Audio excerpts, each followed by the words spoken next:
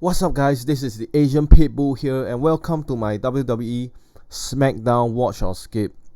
So basically, in this format, I will go through the entire show and just recommend you what segments you should watch and which one you should just skip and save your time. So this is a Smackdown after Extreme Rules, and overall the show is just in shambles, man, and it's just a disappointing setback after last week's show. There were certain highlights like the town hall meeting and of course New Day, the celebration, but the rest of it is just questionable booking and neither here or there stuff. So the show kicked off with there was a backstage earlier segment where Shane McMahon kicks Kevin Owens out, and then the show begins with the SmackDown Town Hall meeting. And usually when you have this kind of segment where all the talents, the entire roster gather together, it's hard to screw it up because you're gonna see so many different gimmicks and personality interacting. So I like these kind of segments, and I like this one. And I like to see the different gimmicks, going up against each other, like Elias, New Day, Liv Morgan, even Roman Reigns. Roman Reigns started speaking, and that's the way you should book Roman Reigns. In terms of the promo, just short and sweet, kiss my ass and just go back. The only thing I don't like is Randy Orton. He was just there and he didn't say a word.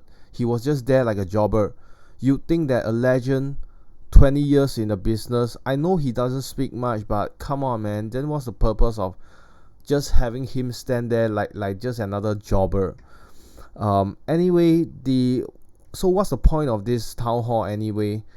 Eventually, yeah, I now remember the point. The point of this was to get Kevin Owens to Stone Cold Stunner Shane McMahon. Okay, that's the entire function of this segment, and this leads to my I don't like, basically, just straight to the point, I don't like this Kevin Owens being booked as the second coming of Stone Cold Steve Austin. And the more I think about it, the more I want to make a video on this. So this is next coming up. Next we have the rematch, okay, from Extreme Rules against between Cesaro and Aleister Black. I thought their Extreme Rules match was really hard hitting and really fun to watch. As expected, you have two really physical guys, but my one complaint was that Cesaro dominated the entire Extreme Rules match, and who's this Aleister Black? His only offense, if you really notice, you guys don't go overhyped about Cesaro, about Aleister Black, okay? His only offense are kicks and strikes and moonsault.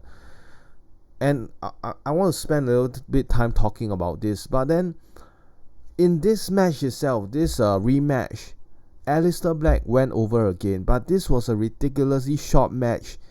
And it's just compared to their Extreme Rules match, this just looks like some stupid rehearsal. It's nothing like the Extreme Rules match.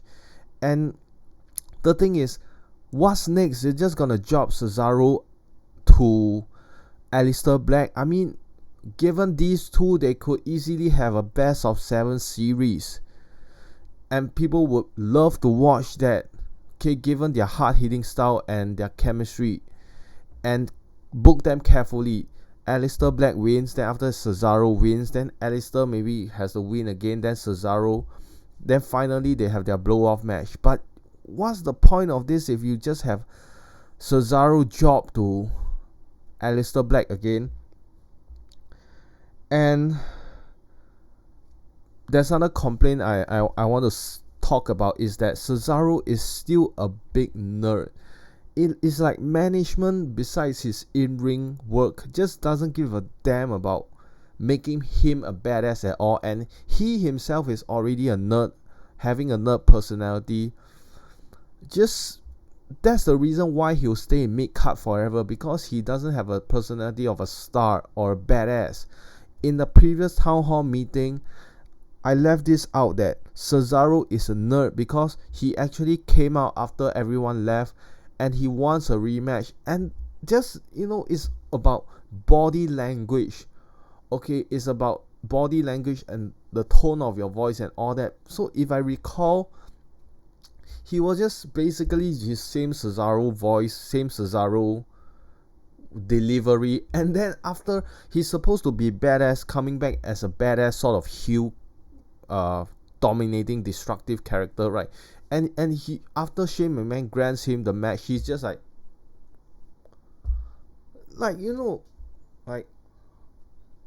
like that's so freaking stupid. This is not what a badass will do at all. Come on. And then, so to this match, if he was scheduled for the match next after the first segment, why did he go back? He should just walk to the ring, right?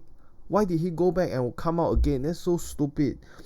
Then the thing I want to complain about Aleister Black is that I've noted this down in this entire match, and mostly in the Extreme Rules match, his offense only consisted of, there are different variants, but the three main offense are kicks, the knee, his high knees, and moonsault. And the thing is, Aleister Black shouldn't be doing moonsault. Moonsault is a move that should be for high flyers, damn it. Aleister Black is supposed to be this Muay Thai submission kind of real fighting with his strikes and all that. He shouldn't be doing moonsaults. This makes him a freaking nerd. This black metal gimmick is so stupid if he continues to do moonsault and only having strikes. Where's the suplex? Where's the rest hold?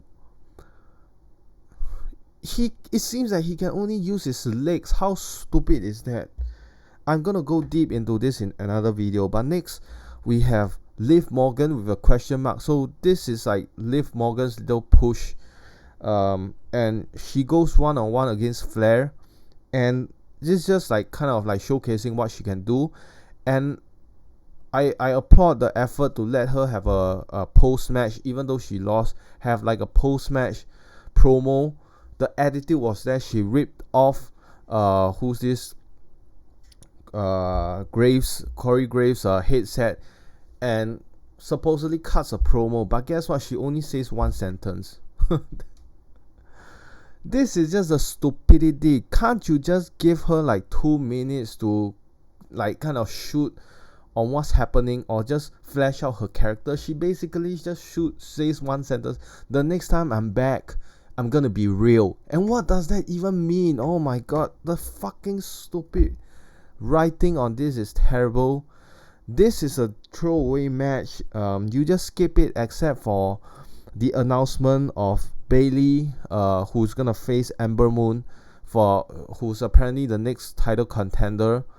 I'm not feeling this at all. I think they have just watered down Ember Moon's character by so much. That's like the WWE effect. Most of the time NXT, when they come over, they just get watered down. We have a backstage segment of Ali and Nakamura, yeah.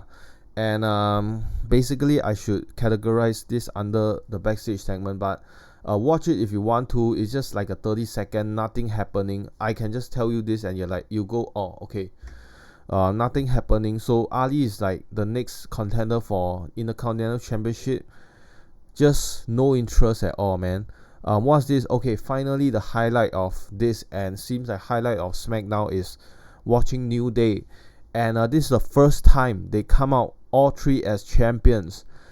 So good on them. This is the kind of historic moments that we will appreciate in the future. Looking back, they cut their New Day promo as usual. I'm surprised they don't have a confetti celebration, crazy pancake celebration and things like that.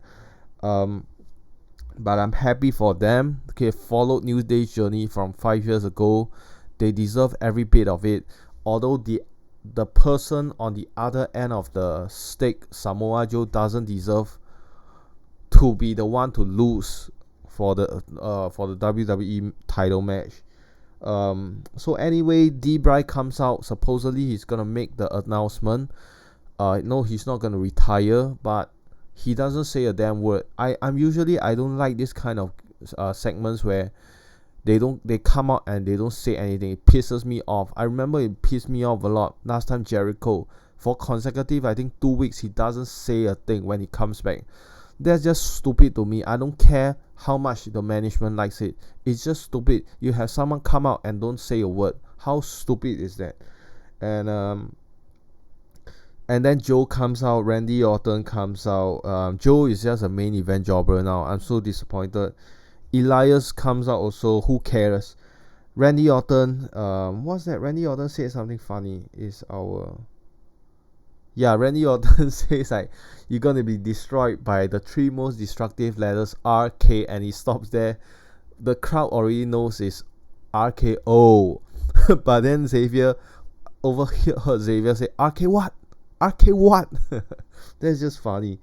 Anyway, we have the 6-man tag, and surprise, Randall Keith Orton got the pin over the WWE champion. And I really like, potentially we are gonna see this feud. Kofi is finally gonna have a legit what's it called, heel to go against in the form of Randy Orton, and this already sells itself with their history. Oh my god, the promos, if they just let them cut promos, it's gonna be fun to watch. Anyway, will they put a title on Randy? That's the thing. I sure don't mind. Randy is always top contender, top legit main eventer. I hope they really, build this as Kofi's most difficult challenge and just make Randy Orton so strong, and that will just add on to the believability when if Kofi actually retains, presumably at SummerSlam, and it will make him even more legit. But if Orton wins at SummerSlam, I'm not gonna complain. Yes, Iconics are smart, because in this tag team title match they actually make use of the 10 count. Yes, they lost the match, but they keep the title, so they are so smart. And this is a refreshing for a change, and I like whoever booked this, because this is refreshing and it speaks to people are actually caring about the rules, that rules actually matter in the WWE. When now in 2019 seems that there are no rules. It's interesting to see the tag team, and it seems like tag team, in Extreme Rules, the Revival, tag teams are more observant and respecting the rules compared to just individual matches. So this was okay. Obviously they're gonna continue the program, and you know what, you do this to the Kabuki Warriors, you just get your ass kicked, and that was what they got. They just made Kabuki Warriors angry, and you get your ass whooped. And I believe eventually Kabuki Warriors will win the title from them, possibly at SummerSlam. Most boring crap ever. Why is this match still? Oh god. Now what's the point of KO versus Dolph? What's the point of this? And the jobbers come out, and then it's like, I don't like this as the main event storyline. I don't like the questionable booking of making Kevin Owens as the next Stone Cold Steve Austin. He doesn't have the look. He shouldn't be built that way. He can't even do the stunner properly because he's too short. There's a time and space. There's a unique role for characters like Kevin Owens, but not as the ass kicker, if you will, not as the anti-authority, because he just can't pull it off. And I want to talk about this in a separate video. Backstage segments. Well, apparently, now, who's this? R-Truth is the new 24/7 champion, and he's gonna show up at Comic-Con. Other than that, you can just skip all this. Final rating is barely pass. I remember 2 weeks ago it was 4.5 because there was barely nothing happening, but at least this one, we have Kofi and Randy Orton. I like the town hall meeting. I like New Day celebration as well. The rest are just meh. Okay, so barely pass. This is the Asian Pitbull signing out.